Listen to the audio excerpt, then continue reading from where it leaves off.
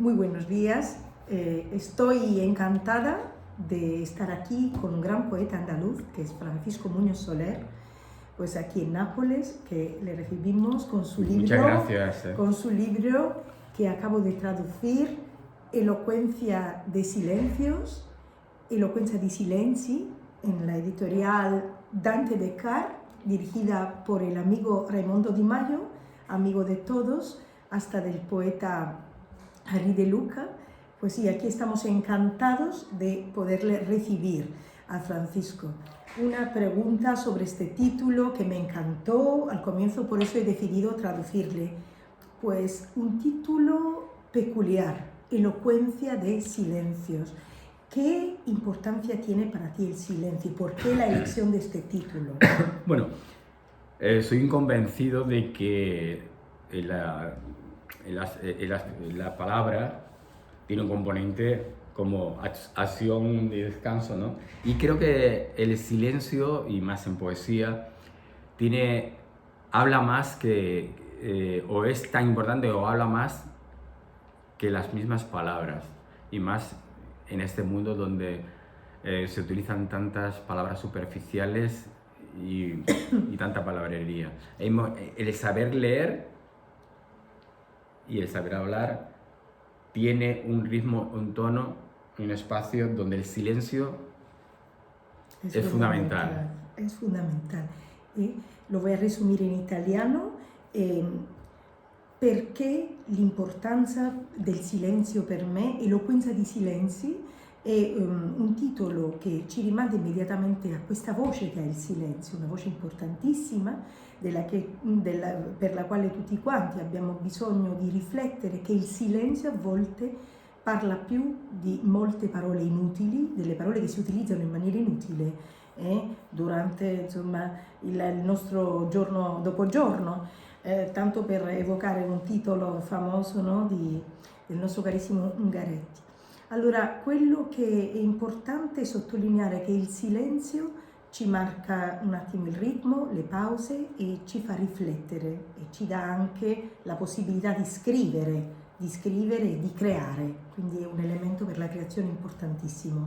Y otra cosa, Francisco, pues inmediatamente al leer tu libro, mi idea pues va y hay una conexión con una conterránea tuya que es María Zambrano, que también habla de quedarse uno mismo, consigo mismo, en el silencio, que el silencio es un rasgo fundamental para la vida, para la poética de cada uno, que es un momento de creación poética, ¿verdad? Entonces, de creación pues de versos, pero también pues de autoanálisis interior. Vamos a ver, ¿hay una relación entre la obra de María Zambrano y este libro? Resumilo un poco in italiano. Sì, sicuramente in questo libro, la lettura di questo libro mi rimanda a Maria Zambrano, che è una sua conterranea, la grande filosofa della generazione del 27, la quale afferma che il silenzio è fondamentale per incontrarsi con se stessi e per la creazione poetica. Stavo chiedendo a Francisco se c'è una relazione fra questo titolo e quanta influenza ha avuto l'opera di Maria Zambrano in questo libro.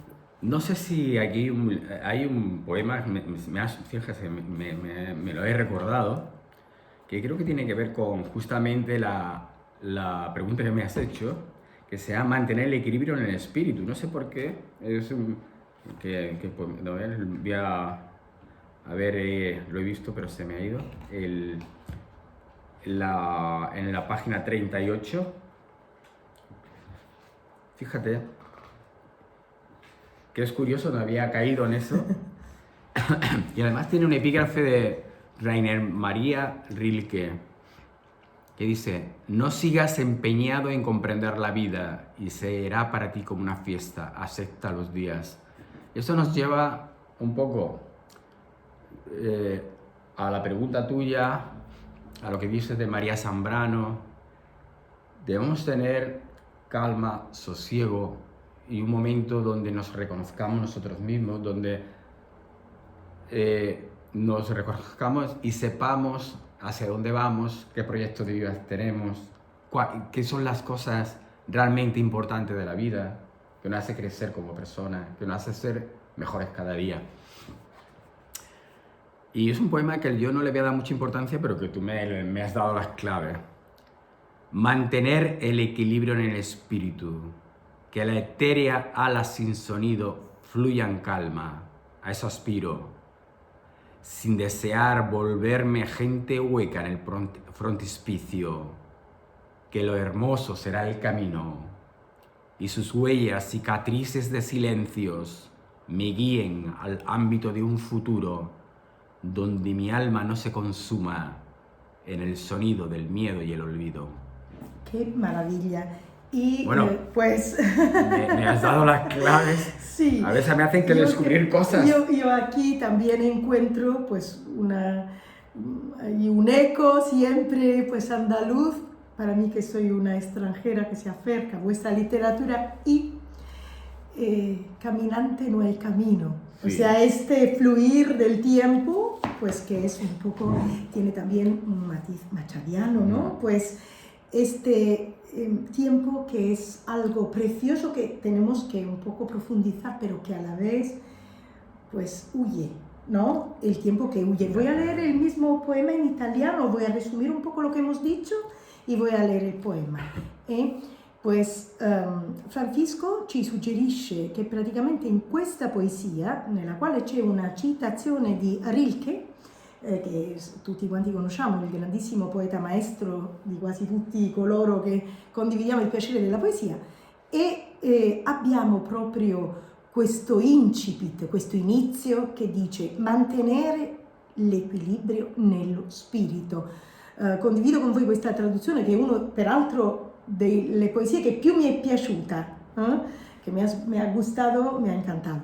Allora, mantenere l'equilibrio nello spirito, non continuare ad impegnarti a comprendere la vita e sarà per te come una festa, accetta i giorni. Rainer Maria Rilke.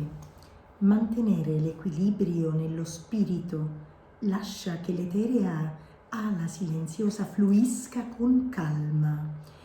Aspiro a questo senza voler diventare persona vuota al frontespizio, che il bello sia il cammino e le sue impronte cicatrici di silenzi mi guidino nell'ambito di un futuro dove la mia anima non si consumi nel suono della paura e dell'oblio. Otra pregunta que me surge, la del olvido, pues un poco me encuentras ahí cercana, pues mi último libro se titula Ocultando el olvido, y el olvido para mí es también un tema fundamental, es decir, pues no tanto de dejar huellas de forma egocéntrica, sino el dejar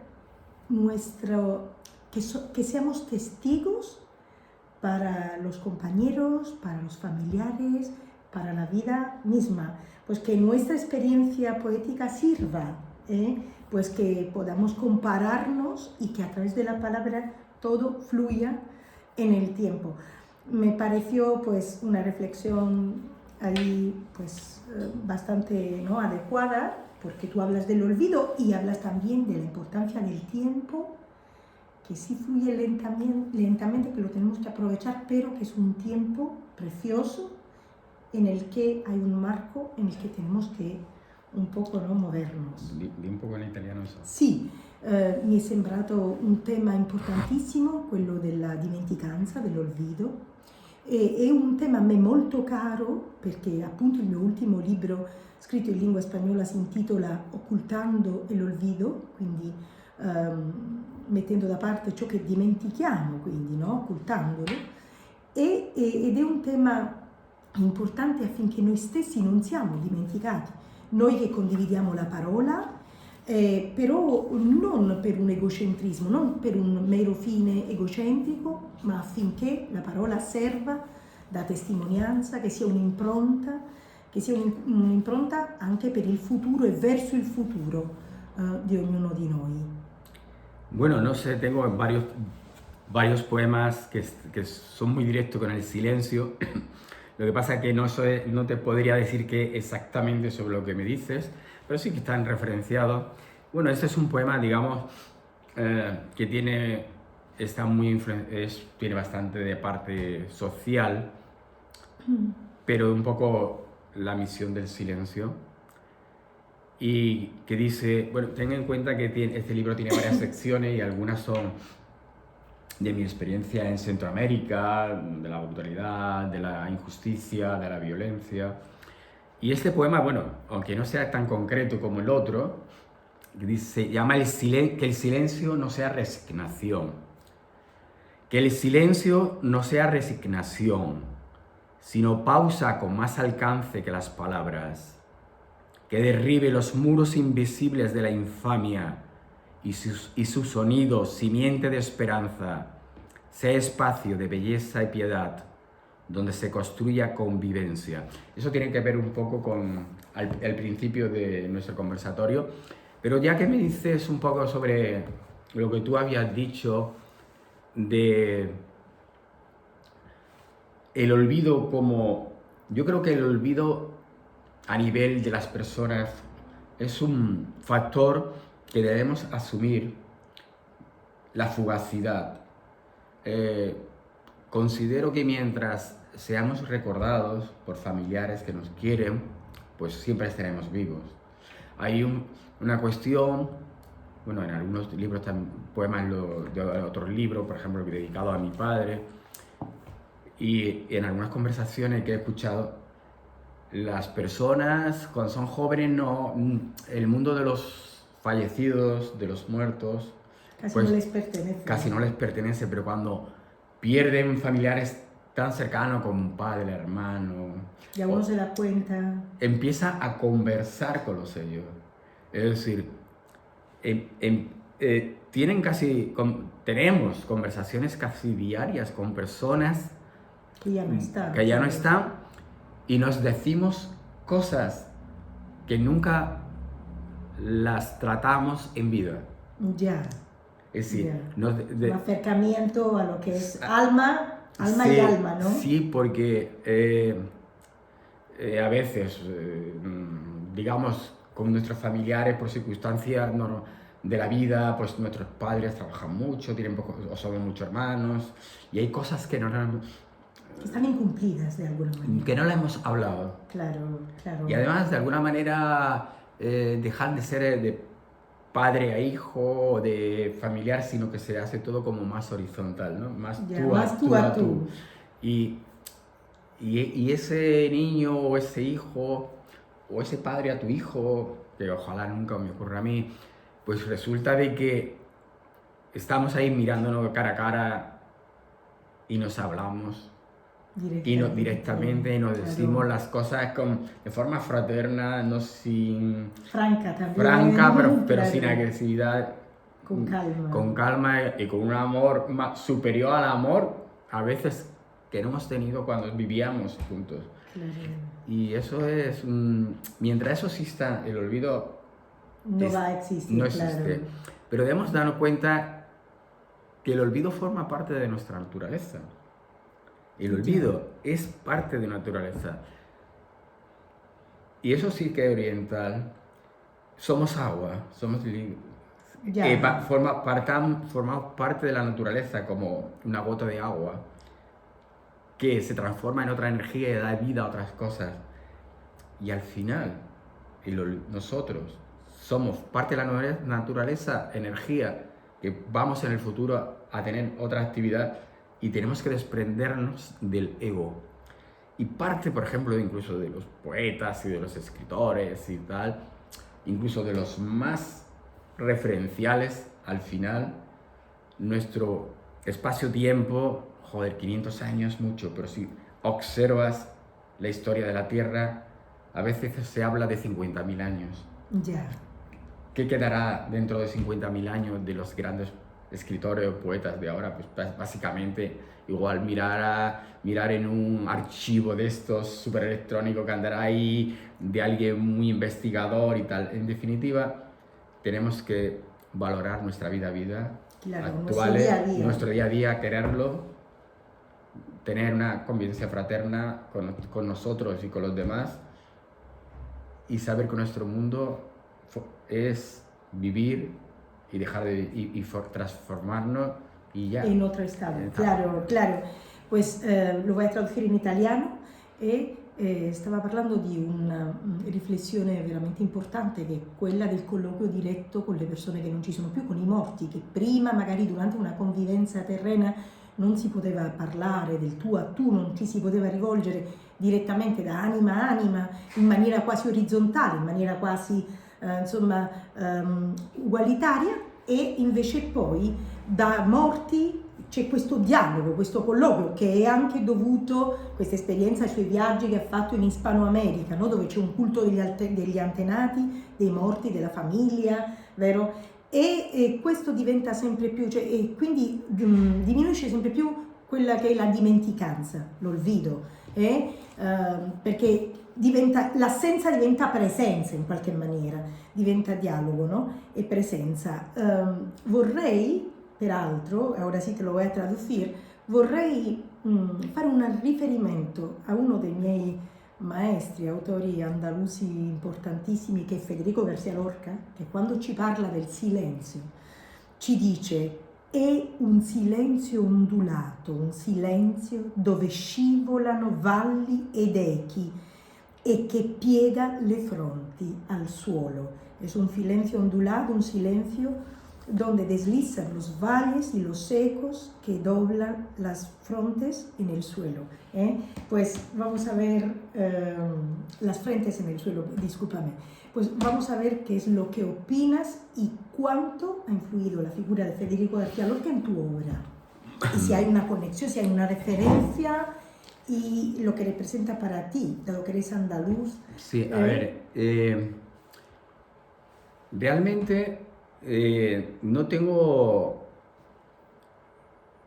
un poeta como, digamos, Lorca, influencia directa. Más bien, digamos, que es una confluencia de experiencia, de transmisión de saberes poéticos, no solo de Lorca, sino no está compartimentado, sino digamos que hay, solo en el ámbito andaluz, pues no solo Lorca, está Juan Ramón Jiménez, Machado, Cernuda, Lorca, cosas de Alberti, y hay como una fusión. Yo realmente no tengo la noción, pero es que a veces nosotros recibimos influencia de la que no somos conscientes de una forma directa. Es decir, yo no soy muy de cancionero andaluz. Sin embargo, me llegó más el tema de su libro, que es complejo, que es surrealista, Poeta en Nueva York. Claramente, los símbolos de tu libro ahí, pues... Sí, y eso sí se nota, ¿no? Sí, el simbolismo. El simbolismo. Me lleva muchísimo más, también también depende mucho de en qué edad tú lees las cosas. Claro. De la experiencia. Sobre todo. En qué tipo de influencia, ¿no? Entonces, leí antes a Machado y a Jiménez, pues Miguel Hernández, que es cercano, es murciano cercano. Sí. Es decir, te vas conformando no de una forma compartimentada, te digo. Sino, claro, ecléctica. Sí, ecléctica, pero en este caso un eclecticismo andaluz, ¿no? Y Lorca, creo que sí, pues no te das cuenta, pero creo que hay algo que no lo sé yo, quizás tú desde fuera, porque yo evidentemente no tengo una perspectiva sobre verme a mí mismo. Claro. Es más fácil para ti que para mí, como parezca una cosa difícil igual de entender para muchas personas. Creo que hay algo que a los poetas andaluces se nos ve muy claro, que es la musicalidad. Esa cercanía de pronto que tenéis también con el ritmo, que quieras o no gitano, ¿no? También, o lo del flamenco, o lo que puede ser pues un ritmo. Bueno, es que lo que es el flamenco no es puramente gitano, tiene un componente muy fuerte gitano, componente árabe, componente de todo. Es que Andalucía es una confluencia de muchas culturas. Y en esa riqueza, en ese más de riqueza, pues ahí nosotros tenemos suerte de estar. Una cosa muy importante para nosotros es el clima, la vida según la calle, el mar, por ejemplo, para mí el mar. Es decir, el espacio donde habito me influye mucho de la manera en que me expreso. Eso es normal en todas las personas. Claramente. Y antes estaba hablando, por ejemplo, de Rafael Alberti. De Rafael Alberti. Vamos a ver, pues, cuál podría ser alguna huella en este libro, pues algún recuerdo, algún verso, algún poema, pues que podríamos hacer una comparación con la obra de Rafael Alberti. Stavamo dicendo, gli ho chiesto prima a Francisco se c'era un avvicinamento fra lui e la poesia dell'Andalusia in generale, e lui mi faceva dei riferimenti precisi non solo a un poeta che può essere Lorca, ma a tanti, a Miguel Hernández, a Antonio Machado, e che tutto questo dipendeva soprattutto dal periodo nel quale si scrive e si legge, che può essere l'adolescenza, l'infanzia, poi può essere la maturità, come è il caso di questo momento, no? Quindi è soprattutto lo spazio e il luogo nel quale si vive, nel quale il poeta vive. Oggigiorno, per esempio, la grande fortuna, no, di vivere in Andalusia, che è stato un crocevia di differenti culture, la cristiana, la musulmana, la ebrea addirittura, Sì. e la ebrea, e che ha un humus letterario, politico, sociale, economico, religioso, addirittura anche religioso, importantissimo. Quindi gli ho poi posto questa domanda, visto che stavamo parlando un attimo di molti esponenti, molti di questi poeti comunque furono gli esponenti della generazione del 27, questo lo dico per i nostri compagni e amici italiani, che se lui trovava qualche piccolo riferimento anche a Raffaele Alberti, che in Italia conosciamo molto bene, vista la sua permanenza a Roma. Vediamo un attimino se c'è qualche poesia che ce lo può ricordare. Pero, ¿qué quiere que te diga? La verdad es que yo de Alberti lo he leído más tarde y me acerco mucho, fíjate a lo que tú me comentabas antes. Hay un libro, el primer libro de Alberti, que es Marinero en Tierra, que es como casi para adolescentes, para jóvenes, pero tiene una simbología y un ritmo que te cala, que te lleva. Donde, y más a mí, que yo he nacido y vivo frente al mar, y no sé, te acerca la simbología del mar y de la vivencia de una forma tan, no sé, tan cercana y tan agradable. Y entrañable porque la tenemos en nuestras entrañas, ¿no? Y eso sí que es un libro que siempre lo voy a tener presente. ¿Hasta qué punto? Porque él ahí tiene también, volvemos a lo mismo, al ritmo, al color, al sabor. Y es un libro casi de adolescente, de joven. Y un libro, pues, que yo creo bastante simbólico también, Exacto. Que tiene como punto de referencia el simbolismo francés, Exacto. Pues del mismo Verlaine, del mismo Rimbaud, o sea, tenemos... Fíjate que es un libro que posiblemente es lo que más se lea de Alberti. Sí, El marinero y la tierra, de hecho, pues también aquí en Italia, el más traducido, el más difundido. Es lo que más me... Y luego, aunque lo tengo de una forma, digamos, magmática en mi... ¿En tu interior? En mi interior, el simbolismo sobre los ángeles. Que no, es que a un poeta lo importante es leer mucho, ¿no? Claro. Y se van conformando muchas capas que te van formando y te va dando un cuerpo poético. Y después te dan, no solo está la poesía andaluza, sino, fíjate, de todo el mundo. Yo he leído mucho a poetas romanos del Imperio, Horacio, Cátulo, no sé si se dice Cátulo o Catulo. Sí. ¿Cómo se dice? ¿Cátulo? Sí, Catulo, en italiano es Catulo. Pues siempre volveré a decirlo Catulo. Recuerdo Catulo, Marcial, los epigramas, en fin, todo. Forma parte de... Yo me considero un poeta grecolatino. Eso es, sí, perdóname. Y a eso, pues...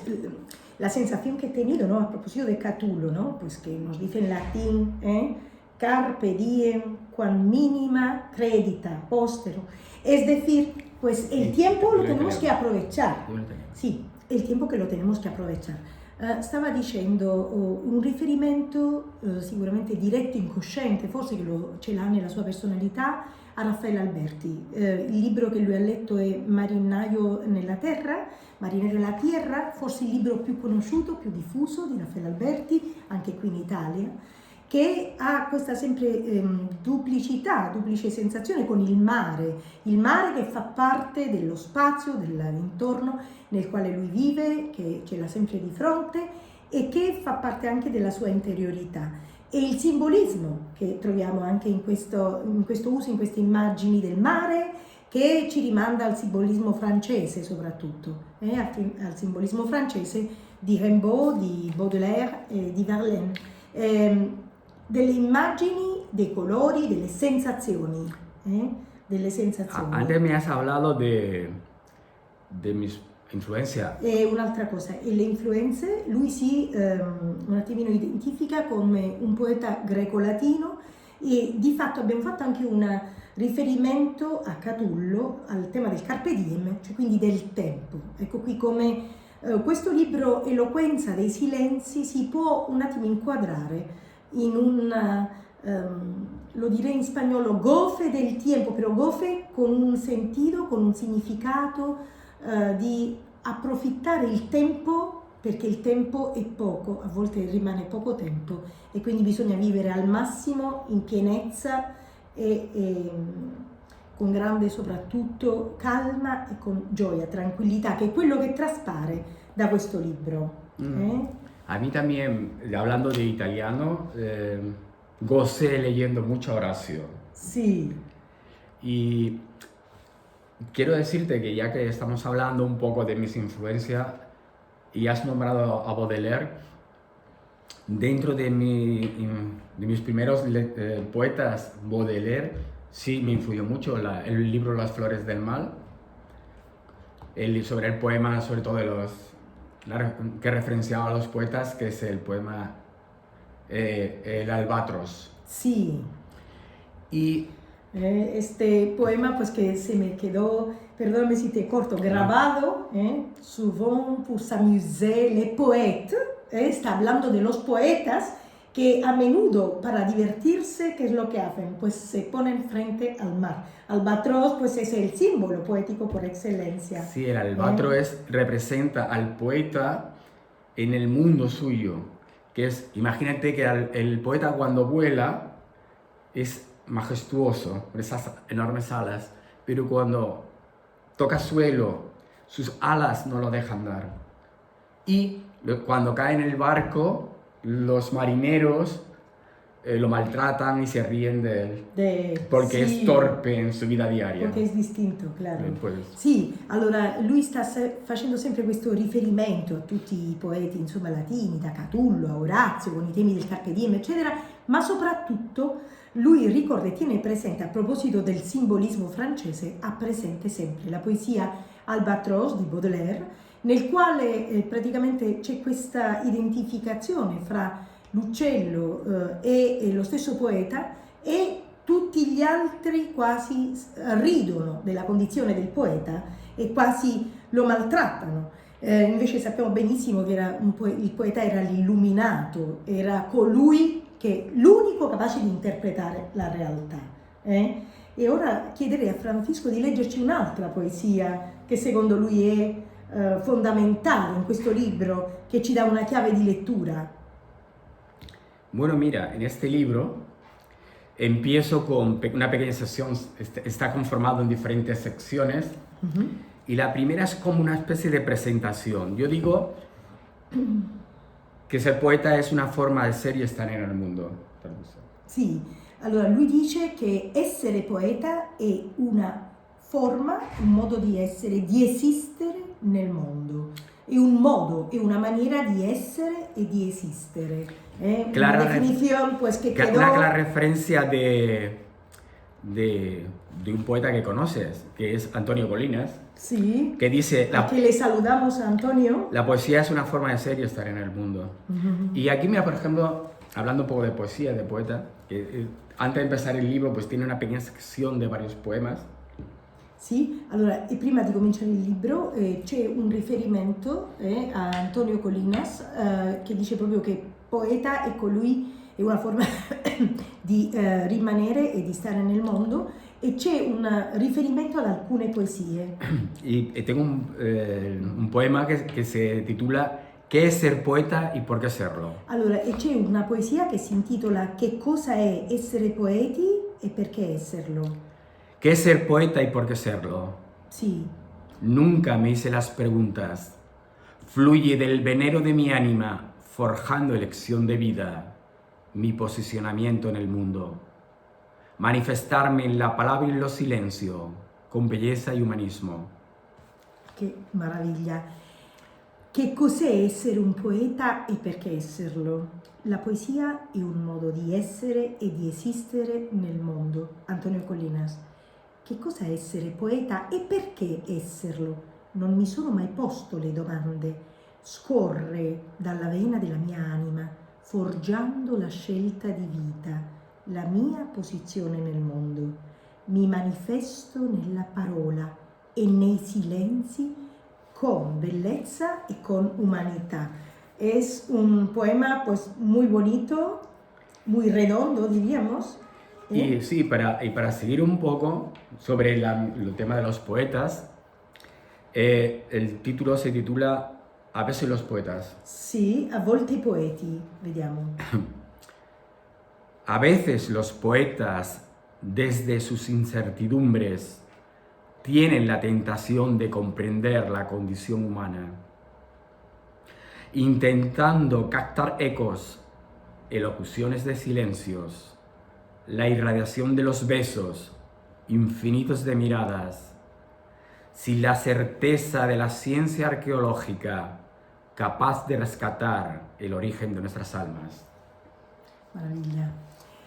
A volte i poeti, dalle loro incertezze, sono tentati a comprendere la condizione umana, cercando di catturare gli echi e locuzioni di silenzi, lo splendore dei baci, infiniti sguardi, senza la certezza della scienza archeologica, capace di riscattare l'origine delle nostre anime. Y a esta origen pues, del alma y la importancia del alma pues, que podríamos decir se enmarca toda la poética de Francisco Muñoz Soler. Este libro, que es de 2015, de alguna manera abre un camino hacia los libros posteriores que también, bueno, salieron junto en poética por el tema de la pandemia. Publiqué 5 y el último que he publicado, que es hace un mes, que es intuir la forma che non tiene medida, che è l'alma. Sì, allora io in quasi tutti i miei libri, questo libro è del 2015, ma ho cercato di riassumere questo concetto soprattutto nell'ultimo libro, che è intuire la forma che non ha misura, e questa forma che non ha misura è l'anima. Quindi stiamo parlando di qualcosa di etereo, qualcosa che non vediamo, qualcosa di irraggiungibile in qualche maniera, che però ci rende vivi, ci tiene in un contesto che è l'universo, ci fa avvicinare all'altro con l'essenza. Exacto. Digamos que mi proceso, que ahora con perspectiva de tiempo, me sitúo mentalmente cuál es el espacio de este libro. Es como abrir un espacio nuevo, aparte de que, además de que, como te digo, cómo configuro los libros por secciones, la parte más íntima, la parte más reflexiva y la parte social, que hace un componente, pero lo separo en secciones. Pero ahí abro, como antes hiciste referencia a María Zambrano, aquí ya empieza a urdirse María Zambrano, que en el siguiente libro ya está muy presente. Y voy, claro, tendría que hablarte de 5 o 6 libros posteriores y cuál es el recorrido, que son muy introspectivos porque, bueno, por el tema de mi enfermedad, bueno, la gente lo sabe, pues he estado como 4 años un poco, digamos, que encerrado socialmente, pero no pero gracias a las tecnologías sí estaba interconectado, pero un recogimiento sobre cuál es la situación de las personas, de nuestra fragilidad, la cercanía a la muerte y la cercanía a lo que llegamos antes, a la naturaleza. Somos naturaleza y tenemos un rol que cumplir, que no es... Y el primero es saber de dónde... Es un poema que no está aquí, que viene del Tao, fue donde hablamos de el orientalismo. Filosofías orientales que han influido, habíamos Claro. dicho. La primera, sobre todo, ha sido María Zambrano. Si quieres conocerte, si quieres feliz, claro, tienes que saber de dónde vienes. Claro, normal. Y somos naturaleza, somos energía. Y tenemos la suerte de tener conciencia, pero saber hacia dónde vamos. Y vamos hacia el mismo lugar de donde venimos. Ecco, siamo natura, siamo coscienza, dobbiamo sapere da dove arriviamo e dobbiamo sapere dove arriviamo. E quindi è qualcosa, una specie di riassunto che si fa, no? Che ogni poeta, anche i poeti orientali, fanno, questa indagine interiore. Chi siamo, da dove siamo, dove andremo e soprattutto dove arriveremo, che è questa specie di domanda retorica che si pone Francisco Muñoz Soler in tutti i suoi libri, che hanno una sequenza e dall'inizio alla fine hanno delle tematiche in comune, hanno delle metafore in comune e hanno soprattutto questa grande saggezza, io direi, del tempo, questa saggezza e questa misura verso el tiempo y por el tiempo. Si tú me permites, yo leería un poema que me encantó. ¿Sí? Del libro. Me va a pie luego a hacer comentarios. Es que... Para mí es muy importante el hecho de que haya otras personas que lo hagan suyo el poema y que vean unas perspectivas que igual yo sí lo tengo asumido porque lo he escrito, pero que no le estoy dando la importancia sí, claro, cada uno se identifica, ¿no? Pues según... No, pero yo me identifico con todo, pero no... Me agrada que me diga, pues mira, esto me ha dicho esto, porque a lo mejor tú profundizas en cosas que yo he hecho, pero que a lo mejor no he sido capaz de entender cuál es la profundidad del tema cómo llegas a otras personas. Así ese poema es un poema de amor a mi hijo. Mi ánima tiene el molde. Sí, porque además vivía lejos de mí. Sí. Es un poema de amor. Sí. Que traspasa fronteras. Es que... Pienso un poco... tiene cierta relación, por ejemplo, cuando hablamos tanto del silencio y de los seres que ya no están, pero en este caso no está, aún pero vive. Porque está lejos. Sí, pero hay una conexión. Sí, es que me llamó muchísimo la atención este poema y lo voy a compartir. Qué bien que se trate del poema de tu hijo. Mi ánima tiene el molde. Mi ánima tiene el molde del horizonte de sus auroras. Todo en mí se construye en el perenne intangible de su estar en mí sin roce. Crezco en la ausencia de sus caricias, en el respirar de transparencia fértil de nuestro amor sin olvido. Lo voy a leer in italiano. La mia anima allo stampo dell'orizzonte delle sue aurore. Tutto in me si costruisce nel perenne intangibile del suo essere, in me senza essere sfiorato, cresco in assenza delle sue carezze, nel soffio di fertile trasparenza del nostro amore, senza dimenticanza. Y es un poema pues que me llamó la atención, igual ahí pues encontré una clave de verdad muy profunda, muy tierna y me había impactado. Y otra cosa, pues si tuvieras que sintetizar los rasgos poéticos que te mueven a escribir poesía, ¿cuáles serían, según tú, pues los rasgos no que se repiten, sino que te mueven? ¿Qué es lo que te mueve a escribir poesía? Es una pregunta muy abierta. Dila in italiano. Sì, quali sono i principi della tua poetica e quali sono i termini, le caratteristiche o i motivi che ti spingono a scrivere poesia? Es una pregunta así, dicha así, como complicada de responder, Sì, pero a la vez muy sencilla. Está respondida en el poema que te he leído antes. Ahí. Ese es el símbolo del porqué. sì, No te lo voy a volver a leer, no voy a volver a leerlo. Pero, ¿qué me mueve, por ejemplo, qué me induce a escribir? Que yo escribo bastante, porque he escrito 30 libros y a una media, digamos, mínimo de 40 poemas son 1200. Básicamente, mi inserción en la naturaleza, son personas como tú, otras personas que leen o investigan sobre la naturaleza de mi poética, la que van a dar el rasgo. Creo que soy una persona que intento ser muy humanista. Y luego, a partir de ahí, me induce mucho la lectura y hoy en día pues tengo mucho tiempo y no solo poetas, todo el tema grecolatino, sino que los últimos tiempos he hecho una gran subinmersión en toda la historia de la poesía andalusí, del Al-Ándalus, desde el siglo VIII, finales del VIII, hasta que ya siglo XV, de los poetas árabes y hebreos. He hecho un estudio y tal, incluso histórico, que me ha enriquecido mucho.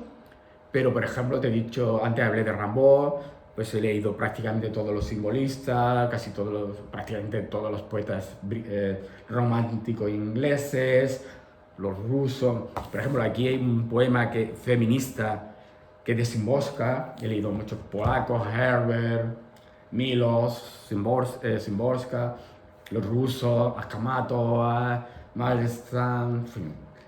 Digamos que mi formación ha sido muy fuerte, mucho norteamericano, y si no lo sabes, yo te lo digo, entre libro y libro, entre proyecto de libro y libro, para intentar desligar, aunque te he dicho que tengo una secuencia casi de 6 libros, creo que se inicia aquí y termina con el último, de acercamiento a mi introspectiva y a mi cierta filosofía. Intento ahora, y en esta fase que voy a estar con muchos libros de traducciones y de viaje, despegarme un poco y tener una nueva perspectiva. Hago poemas homenaje a poetas hispanoamericanos, nacido entre 1900 y 1960, y llevo 35. Es que uno que me llama mucho la atención es, el primero resumen in italiano, sì. è che lui ha delle influenze plurime, andiamo da Szymborska ai russi, al simbolismo francese, ai nordamericani soprattutto, no?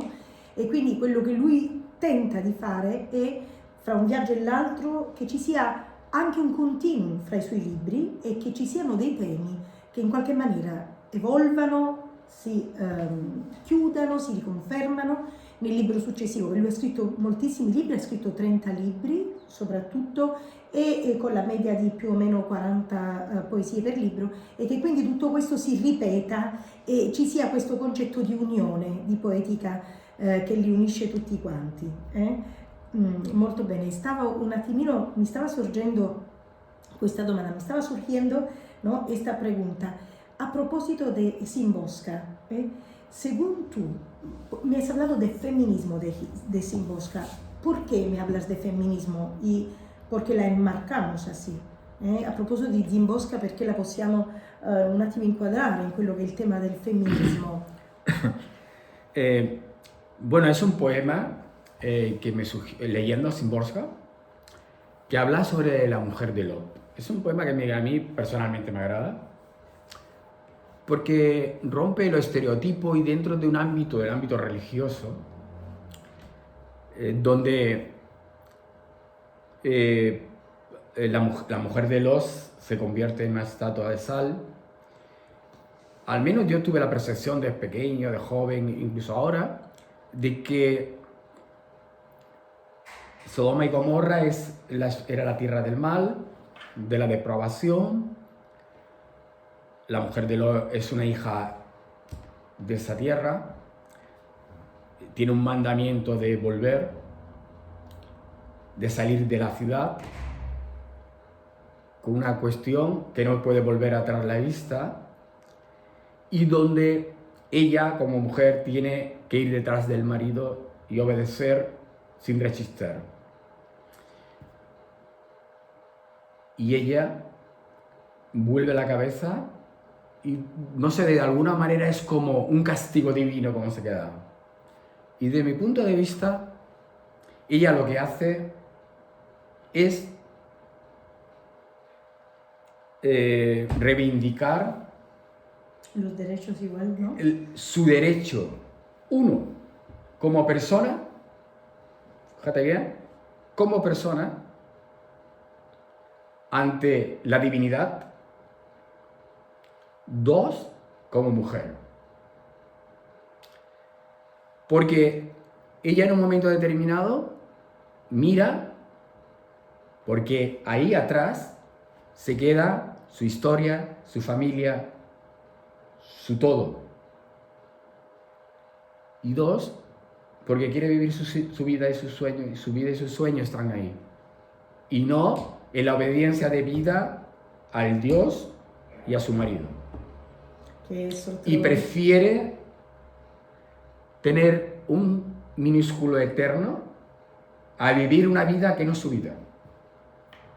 Ya, una cosa circoscritta, pues un poco más. Sì, allora ritengo che questa poesia, la moglie di Lot, è una poesia nella quale si rivendica il desiderio dell'autocoscienza in qualche maniera della donna, di rivendicare i propri diritti, un diritto fondamentale che è quello di non ubbidire al marito, ma di essere libera in qualche maniera, e quindi è una testimonianza, va bene, universale, diventa una testimonianza universale per il divenire, quindi per i posteri, per il futuro, per le donne attuali e passate, anche per le donne passate. Molto bene. E otra pregunta. Sí. Otra pregunta sobre, perdóname. No. Porque esa es la riqueza del directo. Estamos improvisando absolutamente. Es otro poema que me llamó muchísimo la atención. Me interesa mucho que le interese un poema, así que me lo diga. En los regímenes dogmáticos, donde hay una cita de Roque Dalton, ¿me podrías un poquito explicar? Vamos a ver, esto tiene un contexto histórico. Y yo cuando... Es que tiene una sección que de alguna manera está como metida con calzador aquí, sí. Pero es de mi vivencia en Centroamérica y fundamentalmente en El Salvador, es muy violento.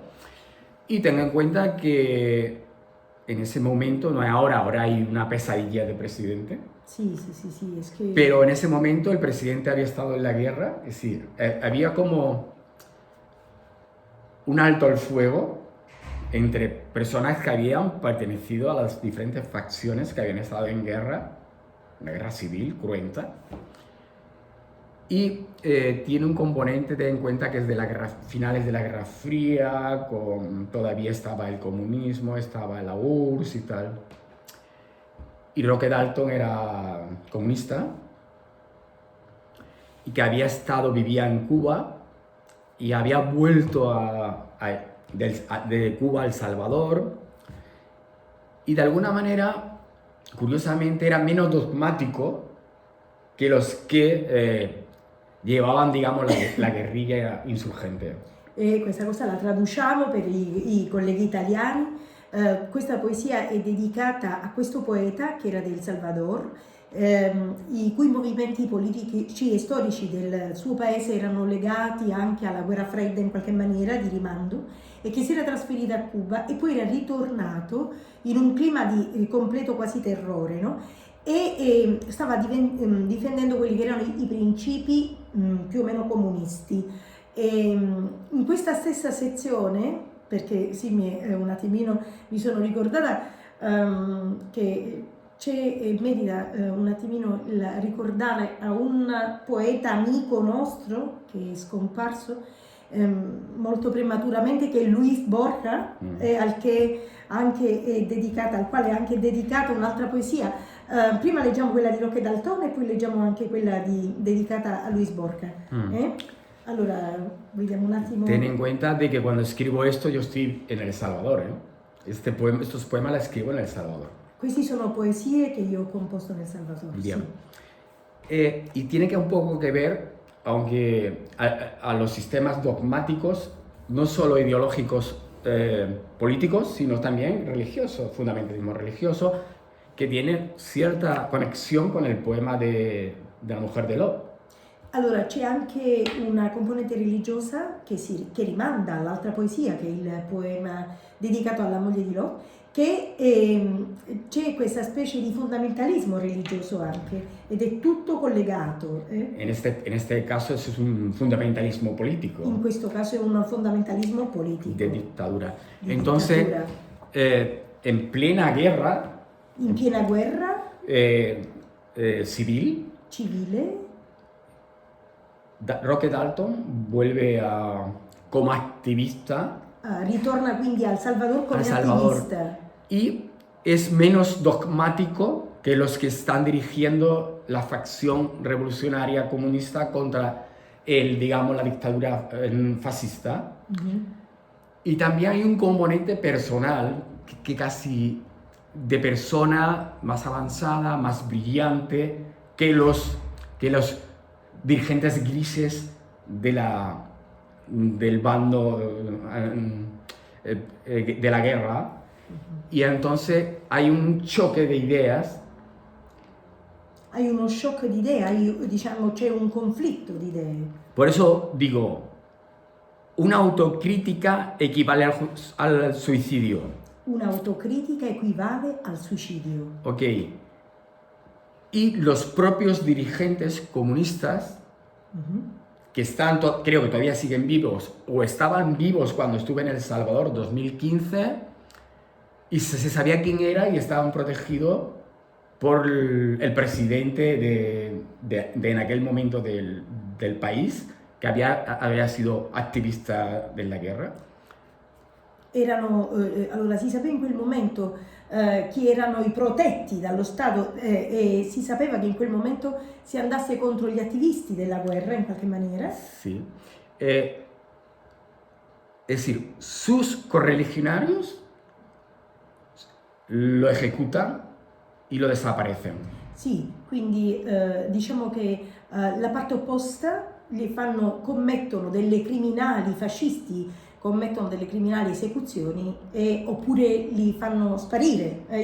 No sé si te he explicado bien, es decir, a él lo ejecutan sus propios comunistas, sus compañeros. Ho capito, allora gli stessi compagni quindi ne fanno delle esecuzioni. Por eso autocrítica, un'autocritica. Per questo l'autocritica, perfetto. Sí. Entonces hago la reflexión y digo, en los regímenes dogmáticos, en las dictaduras, ejercer la autocrítica es un suicidio. Siempre habrá iluminados más dogmáticos que lo acusarán de revisionista o traidor, propiciando su muerte por enemigo o asfixia ideológica. Muy bien, es que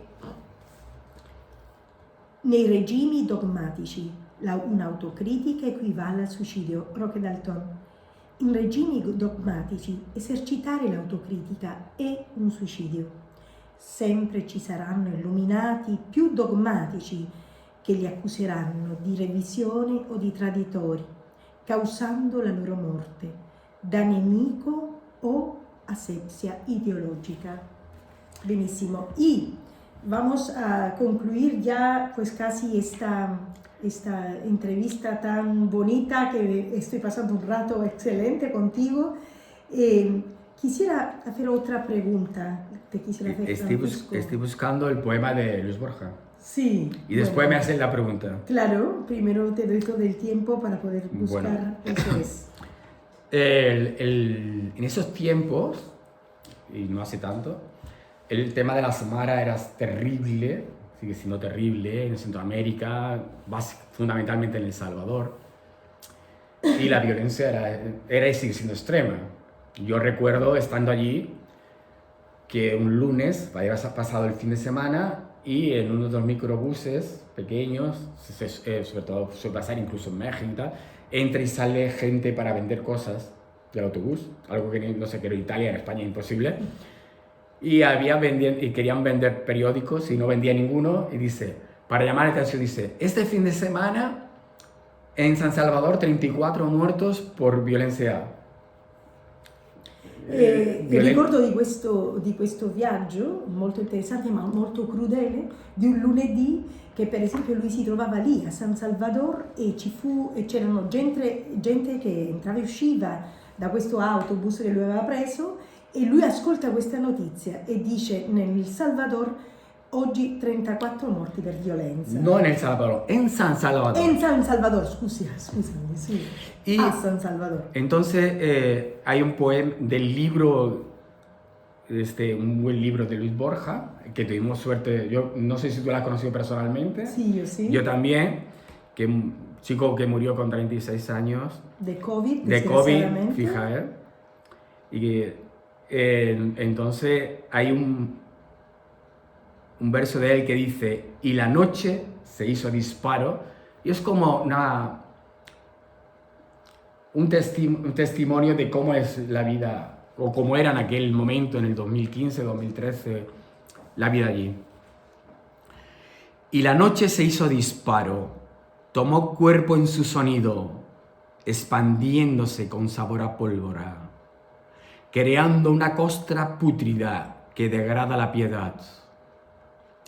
Se hizo sombra de perdidos, un espacio donde gravita, un tiempo sin arrepentimiento que rasga la elocuencia de silencio del dolor. Un acontecer abrupto, un alarido que impacta como un beso. También en el dolor de las madres de la violencia hay un silencio muy profundo que habla más que las palabras. Molto bello. Allora c'è un silenzio più profondo che parla più delle parole. È una poesia di Luis Borja con la quale finiamo questa intervista meravigliosa e allora e la notte si fece sparo, e la notte si fece sparo, Luis Borja, e la notte si fece sparo, ha preso corpo,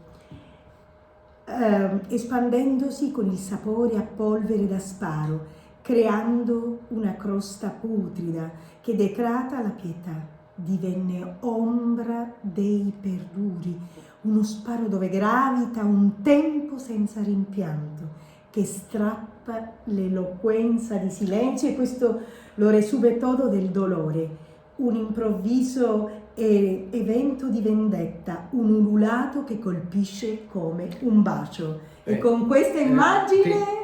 ¿Tengo tiempo para un pequeño poema? E con questa immagine dobbiamo lasciarci.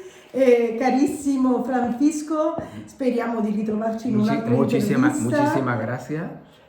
Bueno, se va a leer, se va a poder ver en YouTube. En YouTube questa bellissima y espero intervista. que podamos poner también subtítulos. Con tantissimo piacere. Grazie a Francisco. Bueno, grazie. Bueno, ha sido una agradable conversación. Pues sí. Muchas gracias a los lectores y los oyentes de esta entrevista y ojalá sea del agrado de todos.